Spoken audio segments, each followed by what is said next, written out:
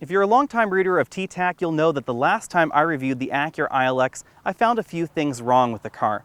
I didn't think that it was the Acura Civic, like some people like to call it. However, I did find fault with the way that Acura chose to bundle certain options inside the vehicle and under the hood. You could only get the high horsepower engine option with the manual transmission, which is a lot of fun, but for some reason, that combo was not available with the navigation and infotainment system that you got in the other models. Also, strangely, under the hood, you found the engine and transmission from the Honda Civic as well as the Honda Civic Hybrid beating away in the normal versions of the ILX. Underpowered is putting it mildly, especially in this luxury car category. We also had 5-speed automatic transmissions that were definitely behind the times. But all that's different with this ILX. Call it a mild redesign or a refresh, whatever you want to call it, Acura has definitely made some significant changes to the 2016 ILX, even though this looks largely the same as the 2015 model.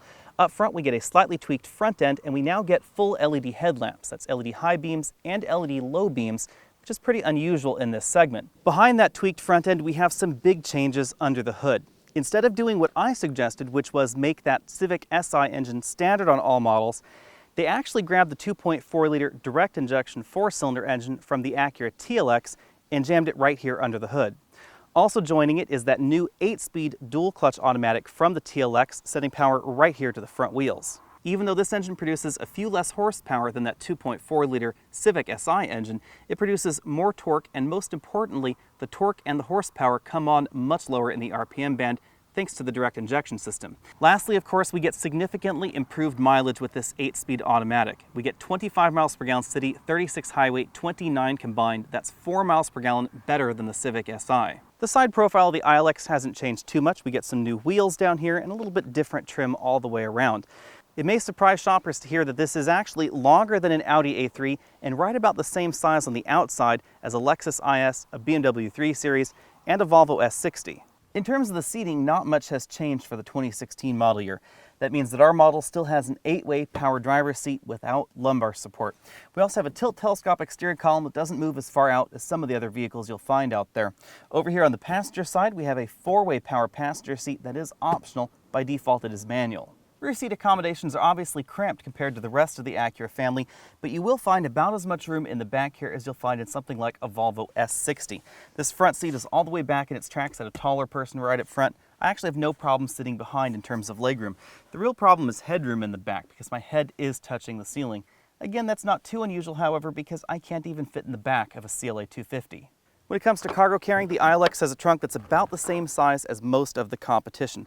That means we cannot fit 24-inch roller bags like this in the upright position and still close the trunk lid. These trunk hinges also impact the cargo area just a little bit. The interior changes for 2016 are fairly minor. We still have the same basic dashboard as we did in the 2015 model year, same basic doors, same basic seats with some slightly different upholstery options. Big change right here is this new center stack. We have this all-new Acura Infotainment System. It's essentially shared with the rest of the Acura lineup. Over on the driver's side, Acura has added plastic shift paddles to the back of the steering wheel. We have up on the right side of the steering wheel, down on the left side of the steering wheel. The rest of this is pretty much the same as it was last year. We also have our radar cruise control buttons right over here on this side. That is a little bit of a change because we now have radar cruise control in a wide variety of ILX trims. Over here on the instrument cluster, we have a new optional red instrument cluster. You get white in the base model, red in the A-Spec trim, and we have a full-color multi-information display in the middle. The biggest change inside, however, is this all-new infotainment system. As I said earlier, it is shared with the rest of the Acura lineup. The only major difference is that the climate controls are basically borrowed from the Civic rather than from the rest of the Acuras out there. Starting out at the bottom, we have this physical control bank with direct access buttons to navigation, phone, info, and audio. We then have this large 8-inch LCD screen up high in the dashboard. This is not standard in the ILX. Depends on the trim that you get, but most of the trims you'll find on the dealer lots will have this display. In upper level trims, we also add this touchscreen LCD nestled between the controls and this 8-inch display. After you've used this system for a while, the interactions of these two screens and the controls makes a little bit more sense. For instance, if we're on the navigation interface right up top and we hit the menu button right over here to enter a destination, we're going to go ahead and click address, use this screen up top, select city for the first input, and you'll notice we now have 2 input methods available. We can scroll around using this dial and this screen right up top, or we can type it in with the keyboard on this touchscreen. The 2016 refresh also brings an improved audio system to the up-level versions of the ILX. We have tweeters on the doors, we also have a center channel speaker, and surround sound processing. Unusually for this segment, as well as unusually for Acura, all but the base model of the ILX actually include the radar cruise control system, so you will find a radar sensor behind this front bumper. That system also includes Acura's collision mitigating braking system, also known as CMBS. Acura is calling that safety system bundle Acura Watch, and it also includes their lane keep assistance system, which will actually steer you back in your lane line, as well as warning you about crossing those lane lines. If you want an example of how different a vehicle can feel when you put a new transmission under the hood, you should drive the Acura ILX back-to-back with its 2015 model, because this feels like a completely different vehicle out on the road. Now, some of that has to do with this Earth Dreams engine, which produces an awful lot more low-end torque and has the horsepower curve shift a little bit lower in the RPM band, but most of it has to do with this absolutely excellent 8-speed automatic. I would actually place this new Acura DCT in the same bucket in terms of responsiveness and feel out on the road as ZF's 8-speed automatic transmission that you find in everything from high-performance Audis and BMWs to even Chrysler's new Hellcat series of 700 horsepower vehicles. This transmission is very direct feeling. It's also very fast shifting. The handling in the ILX is excellent, but that's exactly what we've come to expect from Acura. This is again based on the Honda Civic, and the Honda Civic actually handles quite well in its performance trims. I would say that the ILX gives you 99% of the handling abilities of the Civic Si, but it actually goes 0 to 60 faster. I clocked 0 to 60 in 6.25 seconds in this, which is incredibly fast for a vehicle with only 201 horsepower under the hood. It's all down to this 8-speed automatic. For those of you that remember our review on the Buick Verano, that's actually faster than we ran 0 to 60 in a turbo Verano. Especially when downshifting, you can really hear how responsive this engine and transmission are. The shifts are incredibly quick. It just snaps them off fast, fast, fast. As great as the performance is in the ILX, however, if you're driving out on this winding mountain road and you have your mother-in-law in the back, you can drive smoothly and sedately and slowly and comfortably, and you can't do that in some of the competition. If you try and drive the CLA 250 slowly, responsibly, and sedately up your steep driveway, you'll really see what I mean, because low-speed crawl is not something that CLA does well at all. Based on the last ILX I test drove, I expected it to handle well, but I didn't expect it to be quite as connected to the driver as it really is. The ILX really is the third best in this segment. We have the Mercedes-Benz CLA 250, especially if you get the Sport package, then we have the Audi A3, and then we have this ILX. Pricing on the ILX is very aggressive for the 2016 model year. The base model is $27,900, and it includes features you don't find on some of the competition standard, like 2-zone automatic climate control, keyless go, as well as the 8-speed automatic transmission under the hood. As with most vehicles, you're probably not going to find too many of those base models on dealer lots. Instead, I think the real base is $29,200. That's the Acura Watch trim, and it includes the radar cruise control system, the pre-collision warning, pre-collision braking, pre-collision tensioning front seatbelts, as well as the lane keep assistance system. The $29,200 model actually compares very well with the closest competition, which would be the Buick Verano. The base version of the Verano starts lower than this, but it has cloth seats and it has a lot less power out of its engine. You really want to compare this with the 2-liter turbocharged version of the Verano. Because all versions of the ILX also include a standard moonroof, that actually makes this slightly less expensive when you adjust for feature content. If you want real leather in your ILX, you'll have to get the $29,900 premium package.